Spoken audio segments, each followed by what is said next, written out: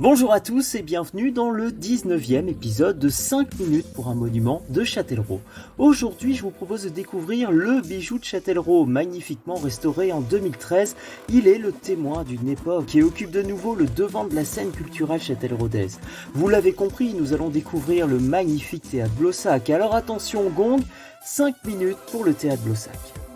Nous sommes au début du 19e siècle. Sur le plan Blossac, ici a ouvert un petit théâtre à la mode. Il est un lieu chic où les gens de la bonne société aiment voir, entendre et surtout être vus. Beaucoup de grandes villes en possèdent un et naturellement Châtellerault, à l'âge d'or de sa manufacture, en rêve afin, je cite, de porter secours à l'indigence, encourager les arts et surtout procurer aux habitants un délassement agréable.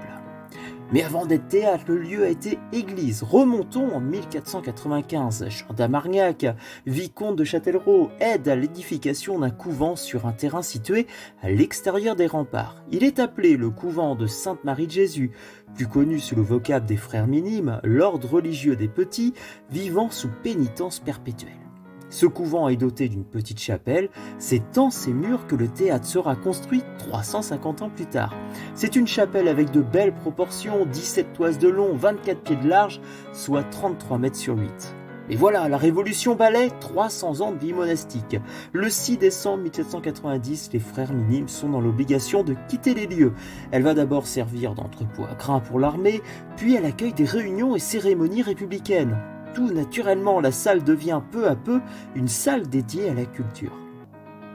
Le 24 avril 1839, le projet d'un théâtre est présenté au conseil municipal. Châtellerault veut s'offrir une salle convenable pouvant contenir entre 400 et 500 personnes.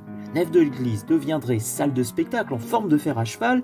Un bâtiment cubique sera construit à l'avant de l'église, ouvert sur le plan afin d'héberger la bourse du commerce et une salle de bal appelée la Redoute. Mais les finances de la ville sont au plus bas. On fait alors appel à un constructeur exploitant, Michel Delage, maître maçon, qui s'engage à faire les travaux en 2 ans en échange de l'exploitation de la salle durant 35 ans. Et attention, ce théâtre n'est pas celui que l'on connaît aujourd'hui.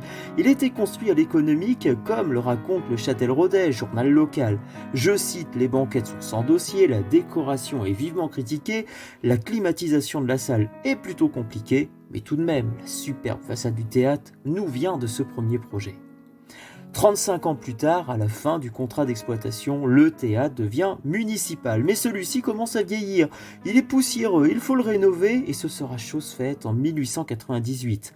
De grands travaux sont entrepris pour refaire les boiseries, le dallage, les corridors, les peintures. Le 22 juillet 1899, le nouveau théâtre est inauguré et quel théâtre! Allons tout de suite le visiter. Nous sommes aux alentours de 1900. Ce soir, je vous amène au théâtre.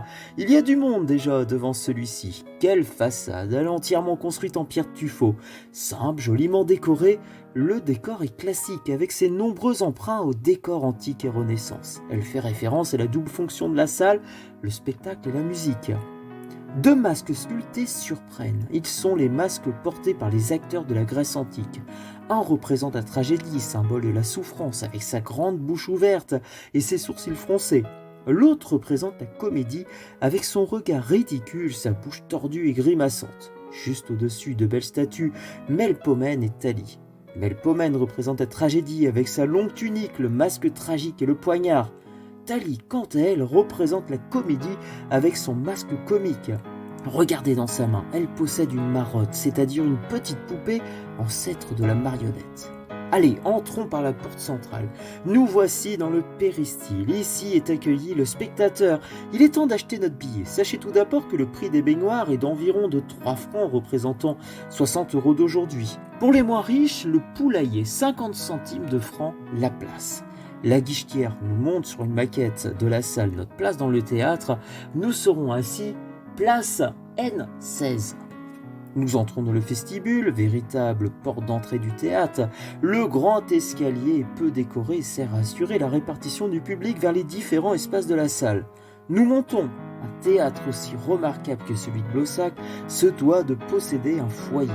Il est le lieu des rencontres et des discussions de la bonne société durant les entr'actes. Rappelez-vous, le théâtre est le lieu où on aime se montrer et surtout être vu. Le foyer amène vers une redoute, la salle de bal.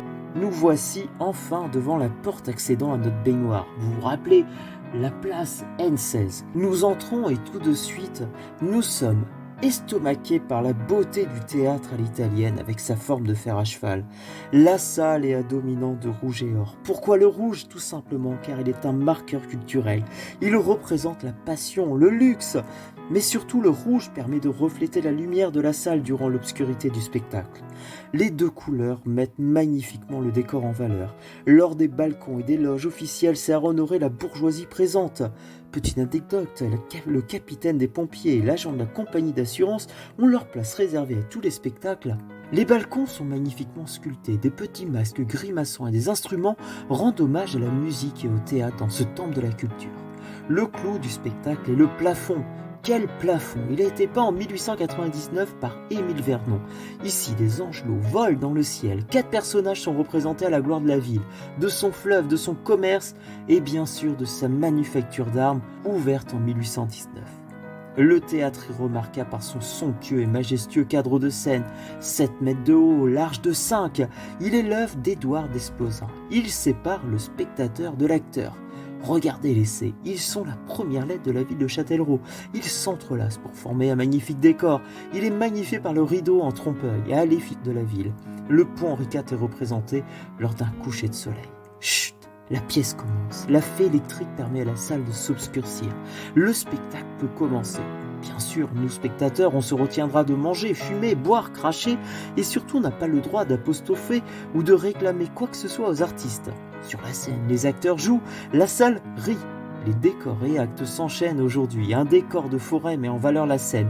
Il est composé de châssis, c'est-à-dire de grandes toiles peintes tendues sur des cadres en bois hauts de 4 à 5 mètres. Il existe plus de 170 éléments de décor qui peuvent se succéder le long du spectacle afin de répondre aux besoins scéniques. Ils sont manipulés par des machinistes, pour la plupart d'anciens marins, qui tirent sur des fils ou gardent de la machinerie scénique. Déjà, la fin de la pièce se fait entendre. On applaudit les acteurs et le son de la cloche sonne enfin. Les 5 minutes sont passées, le théâtre a été à la mode durant de nombreuses années. Les comédies vaudevilles, drames, œuvres lyriques se sont succédés et mêlés aux musicals et même au cinématographe. Mais un beau jour de 1978, la dernière séance a eu lieu. Il a fallu alors attendre 2013 pour que le théâtre Blossal soit enfin remis en beauté. Merci une nouvelle fois de m'avoir suivi, n'hésitez pas à vous abonner, à mettre un pouce bleu et à commenter. Je vous dis à bientôt dans 5 minutes pour un monument de Châtellerault.